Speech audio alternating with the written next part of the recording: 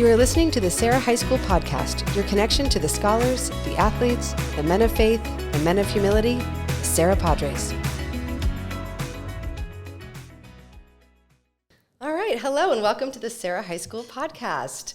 Today I am fortunate enough to have Dr. Tara Mann here with me, science teacher at Serra. Thank you for being here. Well, thank you for having me. Hi, everybody. Yes, absolutely. I'm so excited. You and I had a great opportunity to talk back in 2019 when I was really new here, and you had been here, I think, 3 years. And I was just so impressed with the way that you were able to bring all your experiences, your wide range of experiences in the science field and bring them to the level of high schoolers and just engage them the way that you do. So I'm excited to talk to you about it. So thanks for being here. So why don't we start with your educational background? Sure. Well, I feel very fortunate to be here at Serra. I've taught at a lot of different levels in a lot of different places. I actually started off as a research scientist, my PhD in cell biology. I worked on a protozoan parasite, so in geographic medicine, which is basically like infectious disease. And so awesome. When I talk about the disease classes, that's my background that brought that in. And then I was doing a postdoc, which is where we go after we get our PhD. We work for a couple of years in a lab, somewhere different. And I was at Harvard Med and got an opportunity to start teaching there and became a full-time teaching faculty member at Harvard in the science department, teaching mostly sophomore level classes and teaching some classes at the Harvard Extension School, which is a night school, lots of pre-med, lots of biochemistry and all the courses that they need. And then did some administrative work at Worcester Polytechnic Institute, built a global health program or course there. Worked with some science education nonprofits there, and I got really, really interested in the STEM pipeline and why we're losing so many students. They start off every kindergartner is a natural scientist, right? They want to know how everything works. They want to put everything with everything else and explore it all. And then somehow by the time they get to late high school or college, they've kind of lost that curiosity or that desire to kind of see how everything works. And why do you think that is? I'm just curious. I mean, do you have any? So that's one of the reasons I wanted to teach high school, to actually kind of see what's going on and what the students are like and what the barriers are and how we could possibly kind of change that and engage them. And I think sometimes it was just many times science is taught in a really rigid way. It's all about memorizing this and it's all about the textbook and really, that's not what science is. Science is what they did as kindergartners, right? It's like, ooh, let me poke this or let me figure out how that works. Right. And so I think when you kind of bring that stuff into the classroom and they can see what a real scientist does, which is really just all about thinking about things, that's what science is. Just how does it work and how can I figure out and can I test this or that in a way that's relevant to what they're interested in, that's what helps keep them engaged and start them thinking about the possibilities. That's awesome. And did you always know, as you were obviously, you did not lose that interest in STEM at that age, right? So you kept propelling in your career. And did you always know that teaching would be an element of it? Or was there a time when you maybe thought you were going to be, go into medicine? Or, what was your... So I actually never thought I would be teaching. Oh, really? Okay. Yeah, I kind of stumbled into it. I always wanted to be a scientist. My mom remembers I was 3, and they're like, "What do you want to do?" "I'm going to be a researchist." And she's like, "Do you have any idea what your words you're saying?" And I'm like, that's no, a big word for a 3-year-old. Yeah, I'm like, I think, Mom, I was probably 8, maybe then. I don't know. No, I always wanted to go into science. I always wanted to be a scientist. I always wanted to be when I was in high school, I actually thought I might want to go into medicine in college, and then I encourage everyone to do this who thinks they want to be a doctor. I worked in a hospital for a summer and immediately changed my mind. I don't like interacting with people that are in pain and going through a lot of difficulties. I'm sorry, all the doctors out there, I'm not a huge fan of hospital culture sometimes too. Totally. Well, that's a great way to learn. Many people love it, and I just realized that it wasn't for me. I wanted to do an MD PhD program, and I changed my mind and went just PhD, and I always thought I would be a bench scientist. Wow. And then as part of being a PhD at a university, you're teaching college students, and I hadn't had any teaching experience, and I started teaching just to get experience so I could get a job and do research and teach the one class I had to every semester. And then I really loved it, and I fell into a couple of really great opportunities, and it just kind of, my career took a different path from there. But being a scientist, the classroom is actually kind of a natural experiment. You're constantly trying things to see how they work. You're constantly exploring new things. If you are really curious about stuff, there is no one more curious than a high school class of boys about all kinds of different things. Oh, I'll bet. So it's actually not that different. I'm just not at the bench anymore. Instead, I'm in the classroom. But I still am able to think about science at a high level. Oh, yes. And also, like you said, have your experiment with your class of however many, 30 kids right in front of you. Yep. Sometimes it's in discipline, your science, right? No, I'm kidding. Awesome. And so what brought you to the West Coast? So we were in Boston. My husband is also a scientist. We were doing our postdocs there, and we were working there, and we had been there for 10 or 12 years, and after the third year of like the snowiest winter and long drives and blizzards, and I don't know, people out here, you may not know about ice dams, these things that form in your gutters and you have to chip them away. Oh, I don't know, my husband came in one day after 4 hours of that and was like, we're done. And so it's East Coast or West Coast, so right. for biotech, he's in biotech, so here we are, and it was a perfect opportunity for me. I'd been teaching at the college level for a while. I'd started new courses. I'd done some administrative work. I also have 2 boys. I have a freshman here at Serra, and I have another son that's in 8th grade now that will be a freshman. And interested in that STEM pipeline, it just seemed like a really good time to kind of get involved at the high school level in science and really understand that. That's great. And so so you got here, didn't you move to South City at first? Is that right? Or Oh, no, we were always in San Carlos. San Carlos, that's right. We've moved within there a couple Did your times. husband get a job in South He City? Is that, did. okay, Yeah, I feel like yeah. I knew South City somewhere. And so, and then you got here, and then did you have a position in mind at Serra, or did you get to San Carlos and then hear about Serra? How did you find Serra? How did I find Serra? Well, it's really funny. So one, I mean, we have to make the obvious connection. My husband knew about Serra from being a big Patriots fan.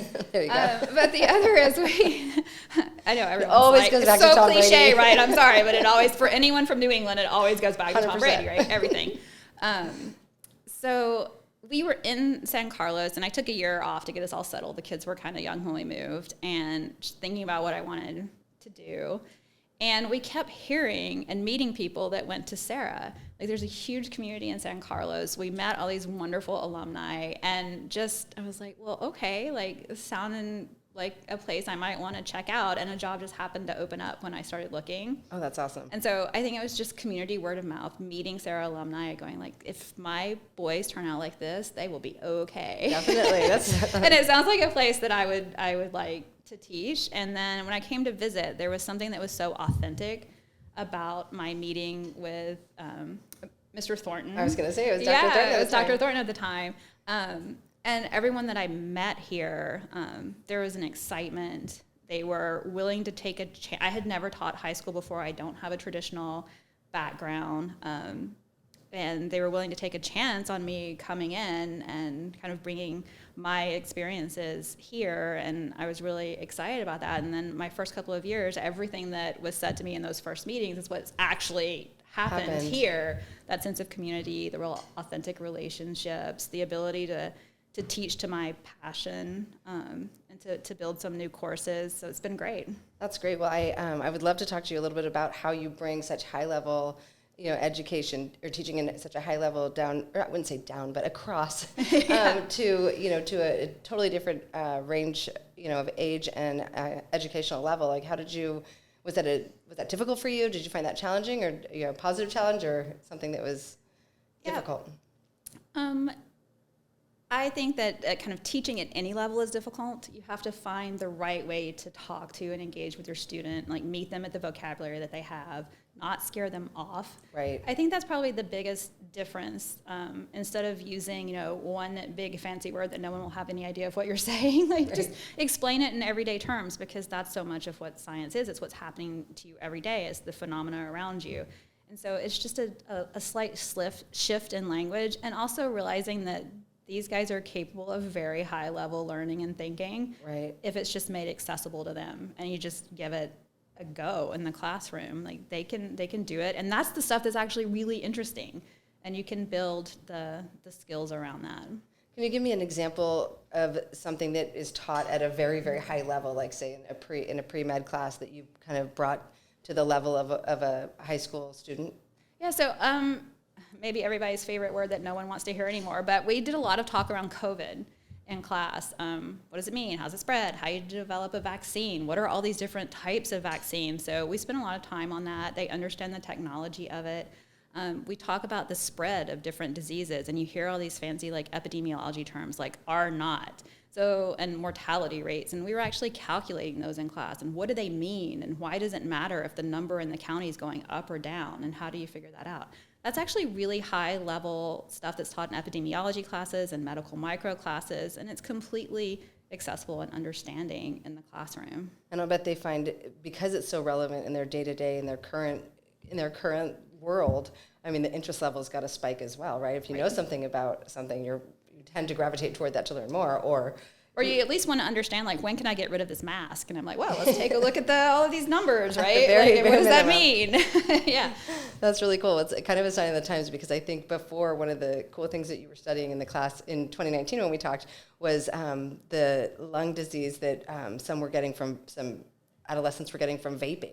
That was like a big study, and I thought that was so interesting and so relevant at the time, because the news was all over that. That was kind of a big, there was a big uptick in that, so very cool stuff. Yeah, it's really fun. We have another thing that we do that helps bring like what they're interested into is they do a health in the news. Like every so often they go and like, what would you read about in the news about health? Tell me about it.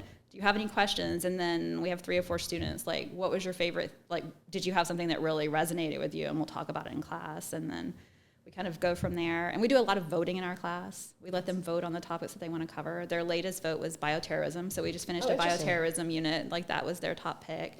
Moving on to like genetics and privacy and designer babies next. So that's good. Yeah, that would be really interesting. Yeah. So I think having designer some choice babies in there also makes them feel part of the learning, and we can explore it together. And then they want to finish up, of course, with kinesiology, like movement and muscles. And sure. I mean, I'm sure that's probably a big topic. Can you tell me a little bit about the classes you teach? Because we kind of are jumping into we are. No, which is great. I mean, it's wonderful conversation. But so it's disease and human physiology. That's a class that you actually helped. You created the class and the curriculum to go along with it. Can you tell us about that? And then you also teach AP Bio? Yeah, right? That's right.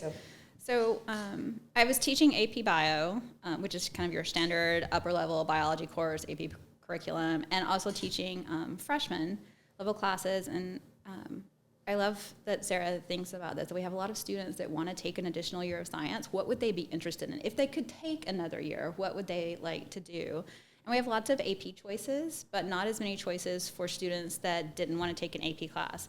And so after a lot of discussion with the students and my own kind of background, we decided a course on diseases and human physiology, like how does your body work? What happens with a disease? There's a lot of interest for that. And I had taught a medical microbiology course and a global health course, so blending kind of the social aspects of medicine as well into kind of disease and pathology. That's what the course is kind of structured around. Very cool. And I think at one time you said that they use their own bodies to test things all the time. Like, why does my heart rate beat this fast? Or, why am I sweating so much? I mean, I think that's really cool too. You learn so much about yourself at that point too, right? Or the human body. Yeah, and we have these new little bitty EKG machines, so they've looked at their heart rates and beats, and they can check how the electricity moves when they move their muscles. And one class tried to create a lie detector test because they were just playing with it, like testing each other out. Yeah, that could be beneficial on many levels.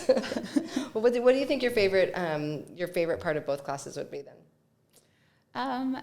With AP Bio, I'm a cell biologist at heart. Like, I think the cell is amazing and the way that it works. And thinking about things as, I tell them all the time, if you were an engineer, how would you do this? Because that's how our cells work as well. They're just little machines. So in AP Bio, we get to kind of dig deep into that. And I get to kind of talk about the biochemistry and how the cell works and all the amazing machinery. And I think that's really fun for AP Bio. It's just much more like a kind of like a college level course, so it's a little bit deeper. And then I love diseases because it's just like, what are we interested in? What do we want to explore? Like, so I like the flexibility and the range of topics that we talk about in there. Yeah, that class is very popular. It's very hard to get into. I hear everybody's always like, hurry up! You gotta act fast on that one. That's awesome. And so, in general, do you see a lot of your students? I mean, I'm sure that you have a ton of students that are interested in majors in STEM. Do you feel like these classes at Serra, the science department and the science curriculum, do you think that they're prepared when they go to college in some of these majors, and why?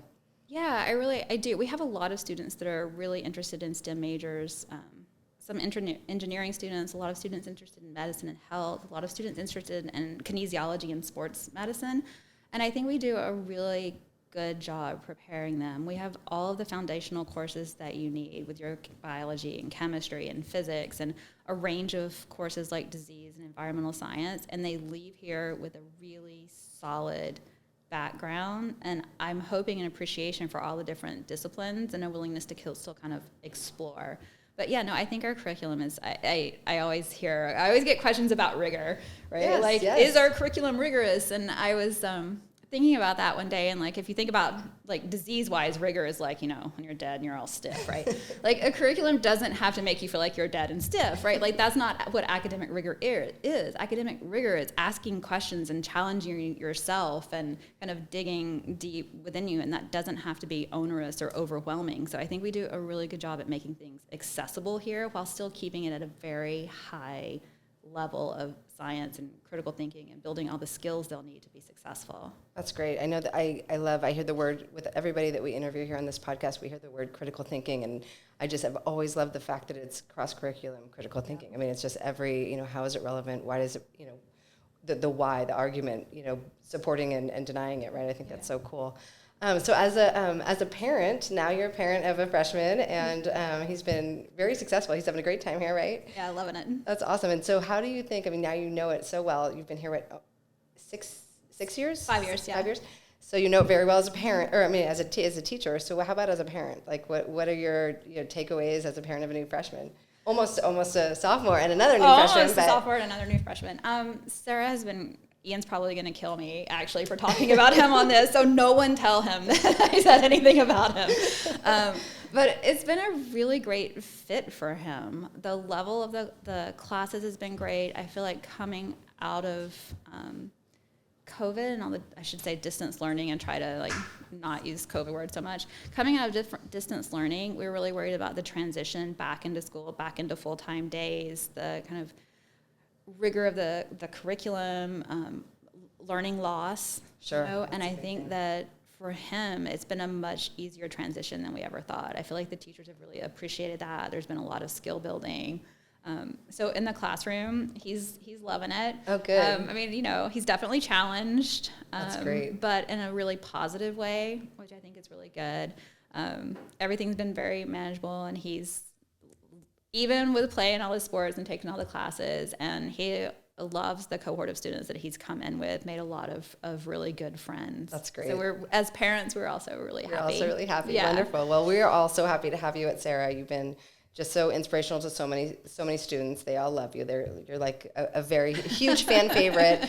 And I just thank you for your time. It's so exciting to have just such a high level, productive science department. And of course you right there, leading it, so thank you for being here. And we always end this podcast with the Go Padres, so I'll let you say a Go Padres on the way out. Oh, really? Yep. Oh, yeah, I should know that. Take it away. Oh, it's my first one. Yeah. All right, Go Padres. There you go. Thank you.